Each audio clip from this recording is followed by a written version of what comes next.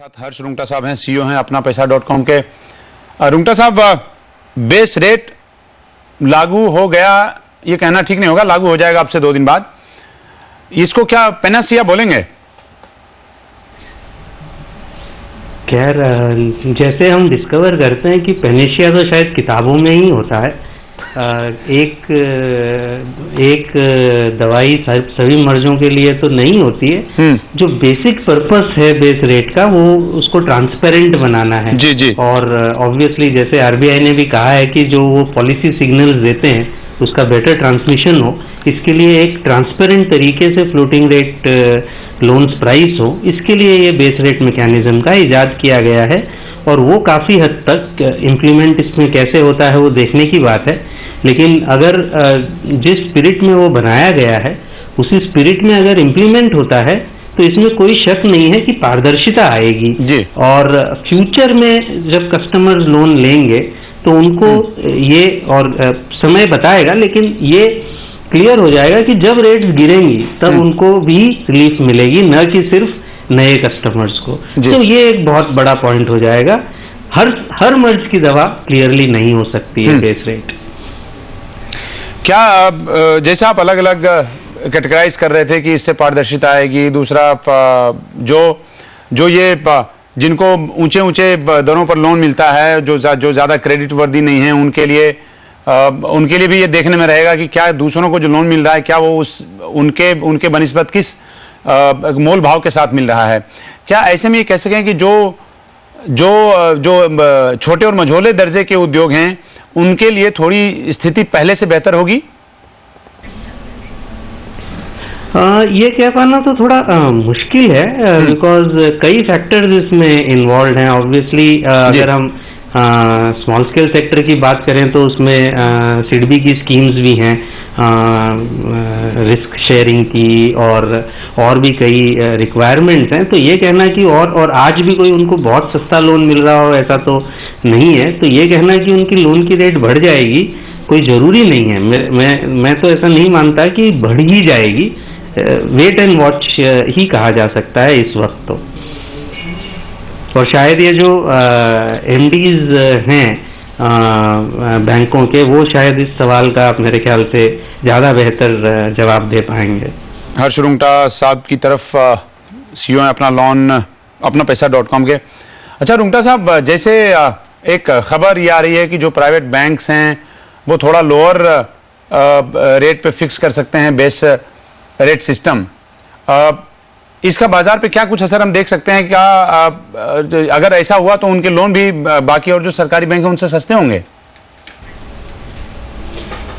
खैर, अगर इतना ज्यादा डिफरेंस होगा कि स्टेट बैंक की रेट 7.5 है और प्राइवेट सेक्टर बैंक की आप कह रहे हैं कि 6, 6.5 आएगी, तो मेरे ख्याल से एक कैलकुलेशन भी उनको बताना पड़ेगा और वो मेंटेन उनको वो कैलकुलेशन करना पड़ेगा एज पर दी फॉर्मूला। एक फॉर्मूला तो है, उसके मुताबिक उस रेट को निकालना पड़ेगा और एवरी क्वार्टर उसको रिवाइज भी उसी फॉर्मूला के मुताबिक करना पड़ेगा।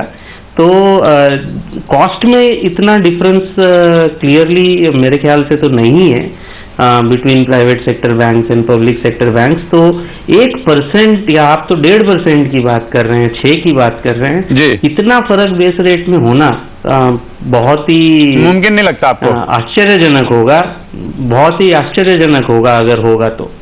चलिए, मैं ये मान के चलता हूं रुंगटा साहब कि अगर आप कह रहे हैं आश्चर्यजनक है तो शायद प्राइवेट बैंक्स इसको करने में या तो देरी करें या लगभग इससे ऊपर फिक्स करें। अच्छा हर जी, जो बड़े बड़े कॉर्पोरेट्स हैं, जो बहुत ही जिनके पास बल्क डिपॉजिट होता है या जो बल्क में पैसे लेते हैं बैंक से, उनकी ब्याज दर हमेशा कम होती है। क्या इसके बाद जब 7.5% पे या बाकी और बैंकों ने 8% पे फिक्स कर दिया, तो क्या हम ये कह सकते हैं कि वो जो कल तक लोन सस्ती दरों पे प्रोक्योर करते थे अब उसके लिए उनको ज्यादा पैसे शेल आउट करने पड़ेंगे? खैर, ऐसा है कि जो अच्छी कॉर्पोरेट्स हैं जिनकी क्रेडिट रेटिंग बहुत अच्छी है, उनके पास तरीके हैं अभी भी बेस रेट से नीचे रेज करने के। जैसे प्रभु साहब ने भी बताया कि आप कमर्शियल पेपर इशू कर सकते हैं, वो बेस रेट के बाहर है।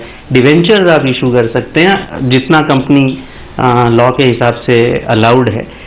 तो कई तरीके हैं लेकिन जो एवेन्यूज हैं वो बहुत कम हो जाएंगी। एक जो रेगुलर लोन उनको मिल रहा था, वर्किंग कैपिटल टाइप के जो लोन्स मिल रहे थे सस्ते में, वो बंद हो जाएंगे। दूसरे तरीके से अच्छी कॉर्पोरेट फिर भी मार्केट डिटरमिन्ड रेट्स में पैसा तो रेस कर ही पाएगी, लेकिन क्वांटम काफी कम हो जाएगा पहले के मुकाबले। जी अच्छा, रुंगटा साहब, जो एग्री लोन को इस दायरे से बाहर रखा गया है और credit guarantee scheme export credit पे उसको इससे बाहर रखा गया है, तो जब इन चीजों को बाहर आपने निकाल दिया और जो बड़े कॉर्पोरेट लोन हैं उनके लिए कॉमर्शियल पेपर, जैसा कि आपने कहा डिवेंचर्स की आपने बात कही, तो वो सब किया, तो ये बेस रेट किसके फायदे के लिए है फिर ऐसे में? नहीं, ये कहना कि बहुत सी चीजों को निकाल दिया मेरे ख्याल से सही नहीं होगा। जहां तक मेरी जानकारी जाती है, एग्रीकल्चरल क्रेडिट और ये जो क्रेडिट है इसके बारे में इतनी विस्तृत जानकारी अभी फिलहाल नहीं है, लेकिन उसमें जो सबवेंशन गवर्नमेंट देती थी, मेरे ख्याल से उनका जो क्लैरिफिकेशन आया है कि जो गवर्नमेंट सबवेंशन देती थी उसमें, तो वो सबवेंशन को उल्लंघन नहीं माना जाएगा बेस रेट का। अगर बैंक 8 पे दे रही है और गवर्नमेंट 1% का सबवेंशन दे रही है, उस वजह से बोरोवर को 7% पे मिल रहा है, तो उसको 8 ही माना जाएगा। ऐसा मेरी रीडिंग है उस क्लैरिफिकेशन की। मेरे ख्याल से इसमें एक जो आपने कहा कि अभी भी थोड़े एवेन्यूज हैं, लेकिन वो हमेशा रहेंगे, अमाउंट जो है वो काफी कम हो जाएगा। तो मेरे ख्याल से बहुत अच्छा कदम है ट्रांसपेरेंसी की तरफ। इम्प्लीमेंटेशन कैसे होता है, कितने रिगर से होता है, वो डिसाइड करेगा कि कितना बेनिफिशियल होता है, लेकिन ऐसे कदम की बहुत ज्यादा जरूरी थी। कम से कम मैं अगर एक आम रिटेल उपभोक्ता की बात करूं, क्योंकि जो एग्जिस्टिंग सिनेरियो है उसमें आम रिटेल उपभोक्ता जिसकी की नेगोशिएट करने की कैपेसिटी इतनी नहीं होती है, वो करंट जो सिनेरियो है बीपीएलआर का, उसमें वो अपने आप को कमजोर पाता है। क्लियरली बेस रेट उससे बेटर होगा उसके लिए।